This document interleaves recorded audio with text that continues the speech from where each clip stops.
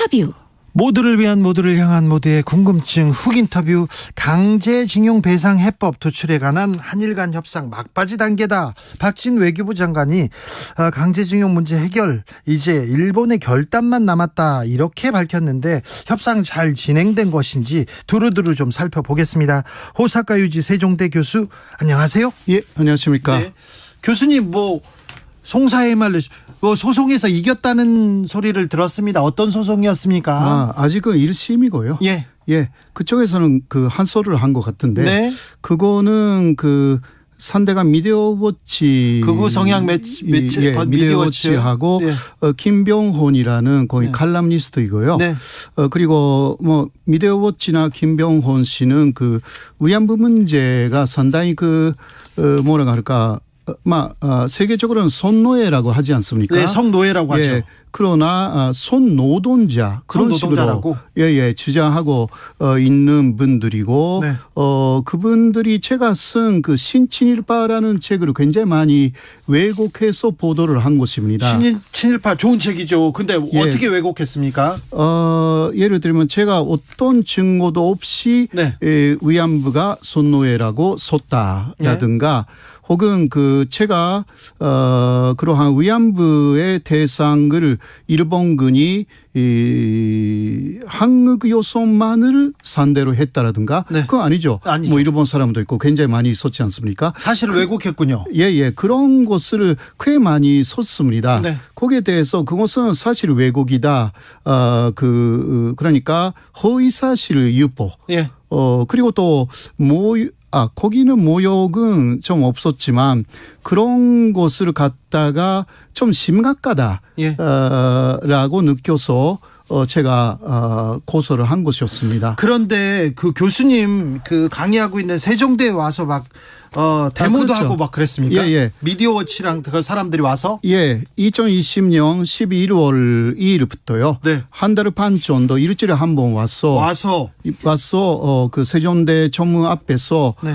제가 한국으로 떠나야 한다라는 예. 것을 중심으로 한일 관계를 이간질을 시켰다. 제가 그렇게 더 많이 주장을 해서 제가 아주 한일 관계를 악화시킨 잠본인이다. 예. 이런 이야기를 해서 예.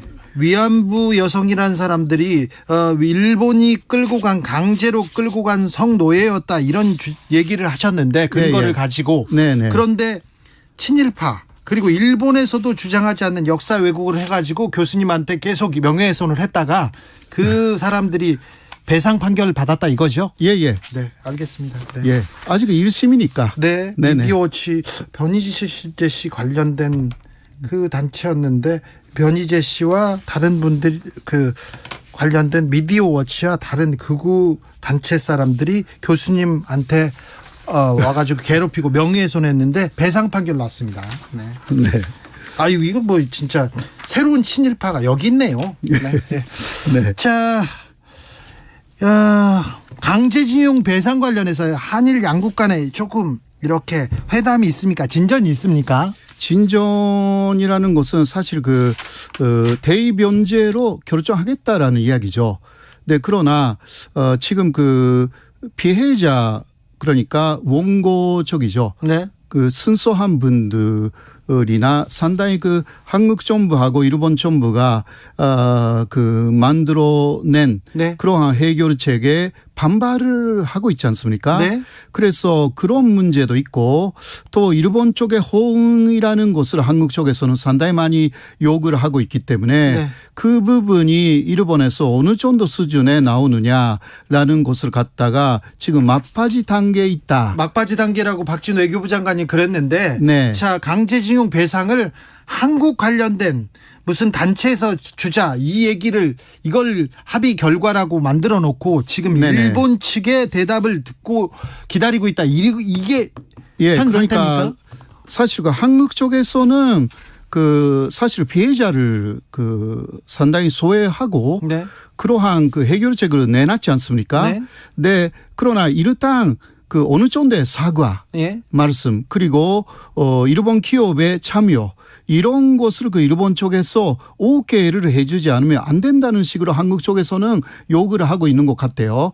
그러니까 일본 쪽에 전치적 결단이 필요하다. 네. 그게 박진 장관의 그 발언의 요지인 것 같은데요. 일본 측의 사과 반성은요. 그리고 일본 전범 기업이 이 배상에 좀 참여하는 그런 것도 없습니까? 그거는 없습니다. 없어요? 그러니까 일본 측의 사과 이게 반성이 문제가 없어요? 있는 거죠. 그러니까 그 원고단 쪽에서도 그 부분은 받아들이기 어렵다.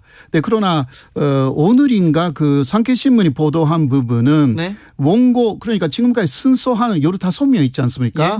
그분들 중에서도 일부 그 한국 정부의 해결책에 동의해도 되는 거 아니냐 이러한 목소리가 나오기 시작했다.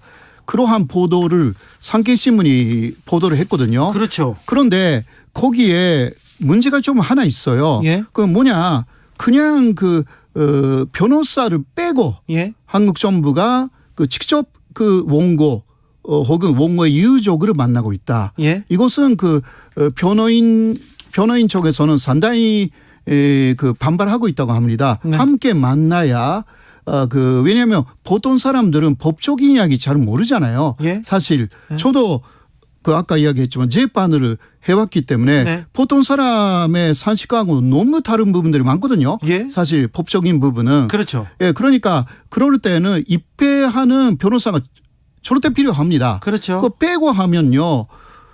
그 나쁜 말로 말하면 얼마든지 속일 수가 있거든요. 예. 네, 그런 식으로 해서 내부 분열이 일어나고 있다. 그 원고 중에서도 네. 이게 상케신문이 그러한 보도를 했거든요. 펑크 3837님께서 강제징용 해법에 대한 일본의 결단만 남은 게 아니라 그에 앞서 피해자들의 의사 입장을 좀 헤아리는 절차가 좀 먼저 아닙니까? 왜 피해자는 쏙 빠져 있나요?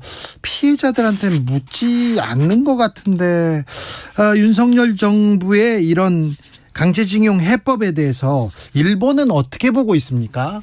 일본은 그러니까 일단 윤석열 정권을 잘하고 있다. 그렇겠죠. 긍정적으로 보겠죠. 그렇죠. 왜냐하면 사과도 필요 없고. 예. 그러니까 그 전범 기업은 완전히 빠져 있는 곳이기 때문에. 그렇죠. 일본도 빠져 있고요. 예, 그러니까요. 그러니까 그것은 그 사실 그 폐산 판결 자체를 부정하는데 일본이 성공하는 것입니다. 한국의 대법원 판결을 지금 부정하는데. 네네네. 네, 그래서 일본에서는 반영하는 것은 뭐 뻔한 일이고요. 예. 네, 그러나 일본이 지금 그 말하고 있는 것은 왜 이렇게 늦게 하느냐. 예. 그러니까 빨리 해달라. 그러니까 그냥 결단을 하면 되지. 일본에 예. 촉구하는 것이 아니라 네. 그냥 한국 안에서 결단해서 네. 돈을 그냥 줘버리면 되는 거 아니냐. 한국에서 다 처리해야지 왜 그걸. 일본에게 더 요구하느냐. 네. 예, 그런 이야기까지 나와 있어요. 그래요? 예, 그러니까 왜 빨리빨리 하지 않고 그 지금 속도전에는 윤석열 정권이 실패했다는 식으로도 그 말하는 언론이 있거든요. 방향도 다 맞고 잘했는데 빨리 처리하지 왜 그걸 가지고 미적거리느냐. 예. 9099님 대한민국 정부는 없고 일본 정부 입장만 있는 건가요? 얘기하는데 아니 양국의 입장차도 크고 이거 해법이라고 볼 수 없는데 특별히 우리 국민들 피해자들은 해법이 아니다 이렇게 얘기하는데 왜 윤석열 정부에서는 막바지 단계라고 말하는 건지. 그러니까요. 이번에 그 외교 회담에서 박신 장관이 이런 발언도 했습니다. 굉장히 많은 그 의견이 있다. 그러나 모든 의견을 다 그 들어주기는 어렵다. 네. 어떻게 하든 간에 하나의 의견으로 수렴하여서 양국 정부에서 해결 방안을 그 결정해야 되겠다. 네. 막 이러한 이야기. 그러니까 많은 의견, 많은 요구가 빠져버리는 그러한 상황이 될 것 같습니다.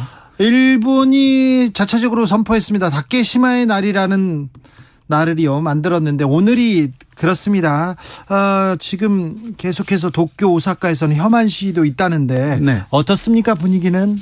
분위기는 그 특히 일본에 있는 그 한국 대사관이 네. 어제하고 오늘은 네. 한국 사람들이 그 상당히 좀 조심해야 된다. 그렇죠. 라는 그러한 그 주의보를 냈거든요. 네. 그만큼 지금 그 일본의 우익단체들이 상당히 좀 한국에 대해서 혐한 네. 행동을 한다. 막 이러한 그 이야기가 많이 나와 있습니다. 최근 교수님이 일본 정부 주장을 뒤집는, 그러니까 일본 지도에 담긴 교과서를 이렇게 공개하셨어요. 1929년 지도를. 그런데 네. 거기에 독도가 한국 땅으로 없습니다. 없어요? 예. 일본 땅으로 없어요? 그러니까 그거는 일본 문부성이 예. 검정으로 동화시킨 그 일본 정부가 수행한 당시에 네. 1929년이지만 네. 그때 교과서인데요. 그것을 그 조선에서 당시 한반도에서도 사용했습니다. 그런데 그때 예. 독도는 어땠습니까? 독도는 그러니까 오키섬이라고 있잖아요. 네. 독도에 가장 가까운 일본 섬인데 네. 거기서 독도는 위에 있는데요. 네. 모든 그러니까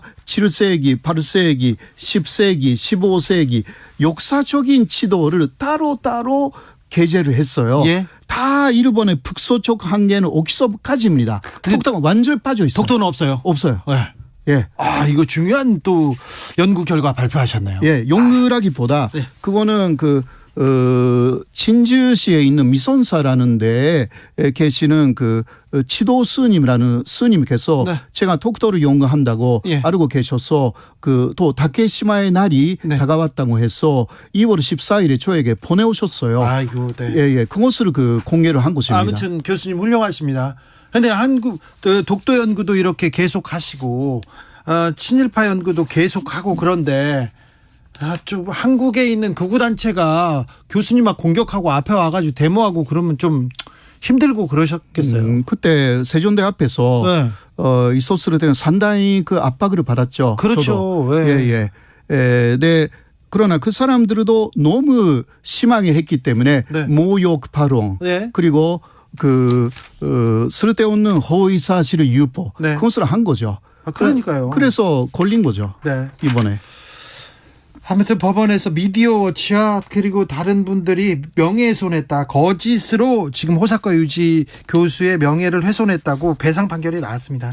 이거 하나 또 물어볼게요. 네. 후쿠시마 원자력 발전소 오염수 바다로 이렇게 방류합니까? 버립니까? 예, 그것을 일본 정부는 올 여름에서 가을 사이에 하겠다. 이런 식으로 결정한 것 같습니다. 네, 뭐 한국 안에서도 어떤 연구팀이 일본의 반유한 오염수가 한국에 돌아와도 거의 문제가 없다는 식의 예.